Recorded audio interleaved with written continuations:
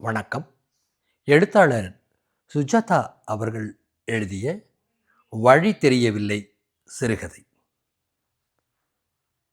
ஒரு சினிமா பார்ப்பதற்காக சபர்பன் ரயில் மார்க்கத்தில் பெயர் தெரிவிக்க முடியாத அந்த ஸ்டேஷனில் நான் இறங்கினேன். படம் நான் சென்னையில் தப்பவிட்ட படம். ஊரெல்லாம் சளைக்காமல் ஓடி ஓய்ந்துவிட்டு முஃபசலில் ஓடிக்கொண்டிருந்தது. நல்ல படம் என்று நண்பர்கள் வற்புறுத்தி பார்க்கச் சொன்னார்கள். அதை துரத்தி கொண்டு அந்த ரயில் நிலையத்தில் மாலை இறங்கினேன். பெயர் சொல்ல மாட்டேன்.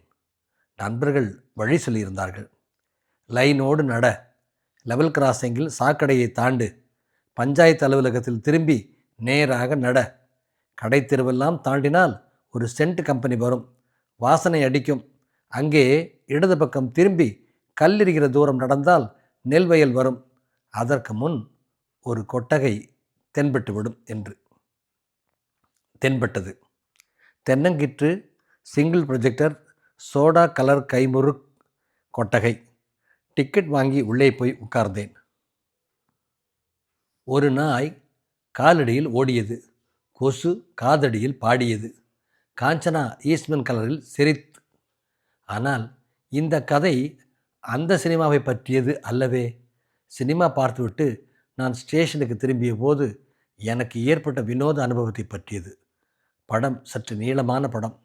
முடிந்து திரும்பும்போது எனக்கு நல்ல பசி. கடைசி ரயிலை தவறிவிடப் போகிறேனே என்கிற கவலை. மாம்பழத்துக்கு போய் சப்பாத்தி சாப்பிட்டு கொள்ளலாம் என்று வேகமாக நடந்தேன். வந்த வழி ஞாபகம் இருந்தது. அப்படித்தான் நினைத்து கொண்டு இருந்தேன். இரவின் இருள் காரணமோ அந்த தெருக்களின் பின்னல் காரணமோ வழி தவறிவிட்டேன். போகிறேன் போகிறேன், ஸ்டேஷனையே காணோம். நான் கவலைப்பட ஆரம்பித்தேன். ஏதோ ஒரு கடைத்தெருவுக்கு வந்துவிட்டேன். அது நான் மாலையில் நடந்த கடைத்தெரு போல இல்லை. அப்போதுதான் நான் தனியாக இலக்கில்லாமல் நடந்து கொண்டிருப்பதை உணர்ந்தேன். கடைகள் மூடியிருந்தன. ஓட்டல்களின் நாற்காலிகள் மேஜை மேல் கவிழ்ந்திருந்தன. வெளியே பலர் தூங்கி கொண்டிருந்தனர்.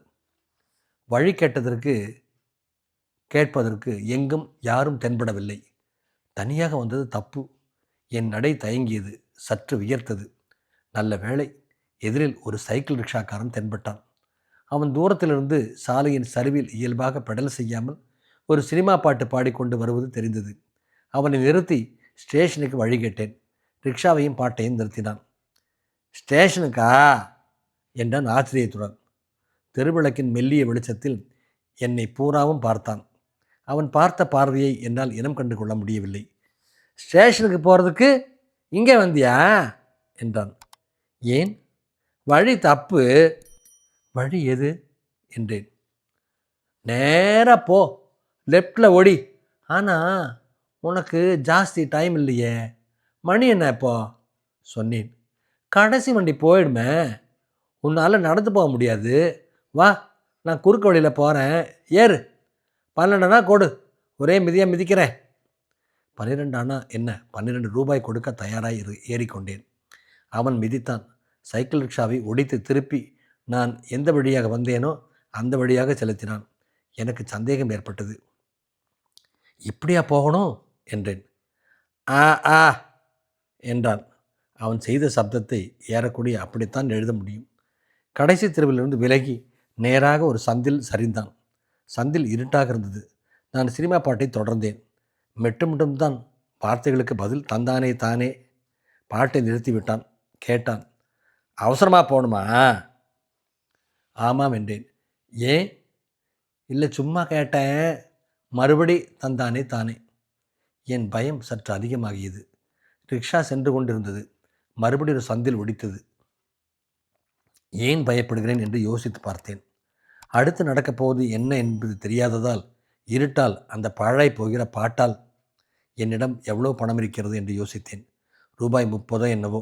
ஆனால் ரிஸ்ட் வாட்ச், மோதிரம். அவன் என்னை எங்கு அழைத்து செல்கிறான்? சற்று நேரத்தில் எனக்கு தெரிய வந்தது. ஒரு வீட்டின் எதிரே ரிக்ஷாவை நிறுத்தினான். இறங்கிவிட்டான். ரிக்ஷாவின் முன்பக்கத்தின் விளக்கை ஊதி அணைத்தான். இரு வரேன் என்று சொல்லிவிட்டு அந்த வீட்டின் கதவை மெதுவாக தட்டினான். தட்டின தினசில் ஒரு சந்தேகம் இருப்பதாக எனக்கு பட்டது. அவன் மெதுவாக சொர்ணா என்று கூப்பிட்டது கேட்டது. உள்ளே இருந்து யாரு என்று கேட்டது. பெண் குரல். நான் தான், கோபாலு. சலங்கை சத்தம் கேட்டது.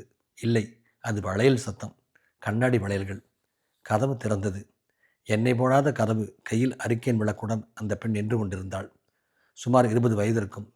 பெரிய வட்டமாக கருப்பில் போட்டு தூக்கத்தில் கலைந்த உடை. வந்துட்டியா? நான் ரொம்ப... என்னை பார்த்து விட்டாள். அவள் குரலை உடனே தாழ்த்தி கொண்டாள். என்னவோ அவனை கேட்டாள்.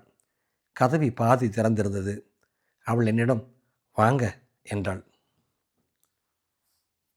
என்னப்பா என்றேன். சைக்கிள் ரிக்ஷாவில் உட்கார்ந்தது நான். எனக்கு வார்த்தை கிடைக்கவில்லை. தொண்டை அடைத்திருந்தது. சும்மா போ அட என்றான். அந்த ரிக்ஷாவில் நான் ஏறிக்கொண்டதிலிருந்து நடந்த சம்பவங்கள் எல்லாவற்றிலும், ஏன் அதற்கு முன் நான் சினிமா பார்க்க தனியாக வந்ததில் கூட ஏதோ ஒரு தவிர்க்க முடியாத தன்மை இருந்ததாக எனக்கு பட்டது. என்னதான் நடக்கப் போகிறது? பார்த்து விடலாமே என்று நான் துணிந்திருக்கலாம். நான் அவள் பின் அந்த வீட்டுக்குள் சென்றேன். அந்த பாதி திறந்த கதவை கடந்ததும் உள்ளே நீண்ட வழிநடை தென்பட்டது. அதன் இறுதியில் இருந்த கதவை நோக்கி அவள் சென்றாள். கதவை அடைந்து அது திறக்காமல் எனக்காக காத்திருந்தாள் அவள். நான் சற்று தூரத்தில் தயங்கினேன். வாங்க என்றாள் பொறுமை இல்லாமல். சென்றேன். நான் வரும் வரை காத்திருந்தது வந்ததும் சரையில் என்ற அந்த கதவை திறந்தாள். என்மேல் குளிர்ந்த காற்று வீசது. அதோ பார், அதான் ஸ்டேஷன், போ என்றாள். நிறைவு பெற்றது.